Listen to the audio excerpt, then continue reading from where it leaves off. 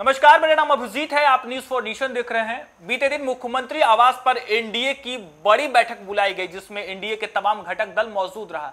लेकिन चिराग पासवान के चाचा और पूर्व केंद्रीय मंत्री पशुपति पारस को एनडीए की इस बैठक से दूर रखा गया, जिसके बाद कहा जा रहा है कि पूर्व केंद्रीय मंत्री और चिराग के चाचा पशुपति पारस एनडीए से नाराज हो गए हैं। हालांकि पशुपति पारस कई बार एनडीए से नाराज हुए हैं, लेकिन एनडीए के कई बड़े नेता जो है पशुपति पारस से मुलाकात करते हैं, जिसके बाद पशुपति पारस जो है एनडीए में रहने की बात करते हैं। और इस बार जब बिहार में एनडीए की बड़ी बैठक हुई, अगले साल बिहार में विधानसभा चुनाव होने हैं, इससे पहले एनडीए की ये बड़ी बैठक मानी जा रही थी। इस बैठक में 2025 चुनाव को लेकर रणनीति तय हुई, लेकिन चिराग पासवान के चाचा और पूर्व केंद्रीय मंत्री पशुपति पारस को इस बैठक से दूर रखा गया। इसके बाद पशुपति पारस जो है एनडीए से नाराज चल रहे हैं। उन्होंने एनडीए के शीर्ष नेताओं से जो है शिकायत करने की भी बात कही है।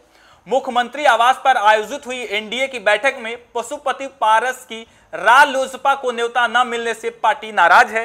इस मामले पर पार्टी की ओर से कहा जा रहा है कि बैठक पर बड़ा फैसला लिया गया है। इस मामले को अब शीर्ष नेताओं के सामने उठाएंगे। पटना में सोमवार को मुख्यमंत्री आवास पर एनडीए की बड़ी बैठक हुई, जिसमें 2025 के बिहार विधानसभा चुनाव को लेकर चर्चा हुई। इस बैठक में एनडीए के सहयोगी दल बीजेपी, जदयू, लोजपा और जीतनराम मांझी की हम और उपेंद्र कुशवाहा की रालोमो शामिल हुई। लेकिन एनडीए का हिस्सा पशुपति पारस को रालोसपा को न्योता नहीं भेजा गया, जबकि पशुपति पारस पटना में मौजूद थे। इस बात से पशुपति पारस नाराज चल रहे हैं।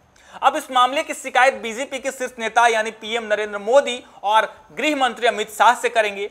सोमवार को रालोसपा के केंद्रीय संसदीय बोर्ड के अध्यक्ष सूरजभान सिंह के आवास पर इस मुद्दे को लेकर पार्टी की कोर कमेटी की महत्वपूर्ण बैठक हुई। इसमें राष्ट्रीय अध्यक्ष, पूर्व केंद्रीय मंत्री पशुपति पारस, प्रदेश अध्यक्ष पूर्व सांसद प्रिंस राज, पूर्व सांसद चंदन सिंह मौजूद थे। फैसला लिया गया कि एनडीए की बैठक में आमंत्रण नहीं मिलने का मुद्दा आला कमान के सामने उठाया जाएगा। हालांकि पशुपति पारस की रालोसपा एनडीए नहीं छोड़ेगी।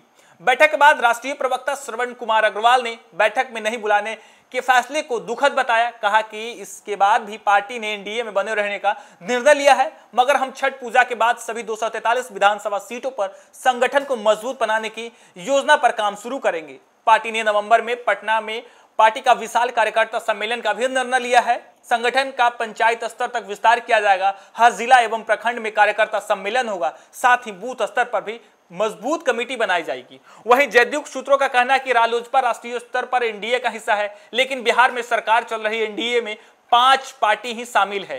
हालांकि पशुपति पारस प्रधानमंत्री नरेंद्र मोदी के नेतृत्व में लगातार आस्था व्यक्त करते रहते हैं, लेकिन बिहार में भाजपा, जेडीयू, हम, लोजपा और रालोमो ही एनडीए का हिस्सा है, जिन्हें लोकसभा चुनाव में लड़ने के लिए कम से कम 1 सीट मिली थी। आपको बता दें, लोकसभा चुनाव में रालोसपा एनडीए का हिस्सा था और सीट बंटवारे में एक भी सीट नहीं मिली थी। पशुपति पारस ने केंद्रीय मंत्री पद से इस्तीफा दे दिया था। वहीं चिराग पासवान की लोजपा आर को 5 सीटें मिली थी। इस पर भी रालोसपा के नेताओं में रोष था और अब बिहार चुनाव के मद्देनजर बुलाई गई एनडीए की बैठक में रालोसपा को दरकिनार करते हुए जो है पशुपति पारस को इस बैठक से दूर रखा गया, जिसके बाद कहा जा रहा है कि पशुपति पारस नाराज चल रहे हैं।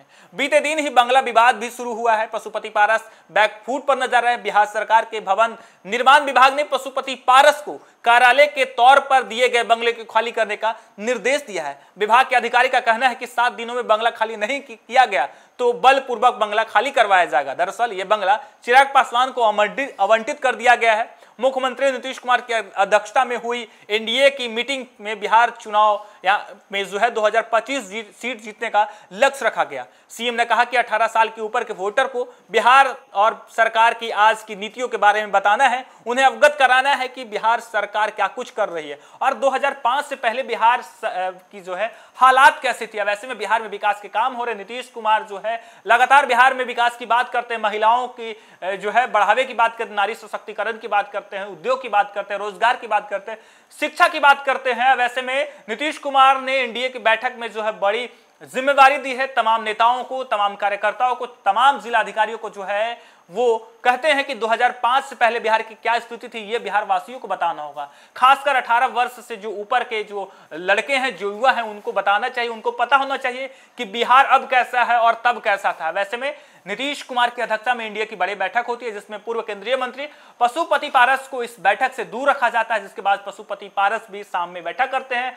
और कहते हैं कि छठ पूजा के बाद से वो बीजेपी के केंद्रीय नेताओं से मुलाकात करेंगे, शीर्ष नेताओं से बात करेंगे और इसकी शिकायत करेंगे। हालांकि पूर्व केंद्रीय मंत्री पशुपति पारस कई बार एनडीए से नाराज रहे, जिसके बाद से एनडीए यानी बीजेपी के शीर्ष नेताओं से मुलाकात करके कई बार गिला शिकवा जो है वो दूर हुआ।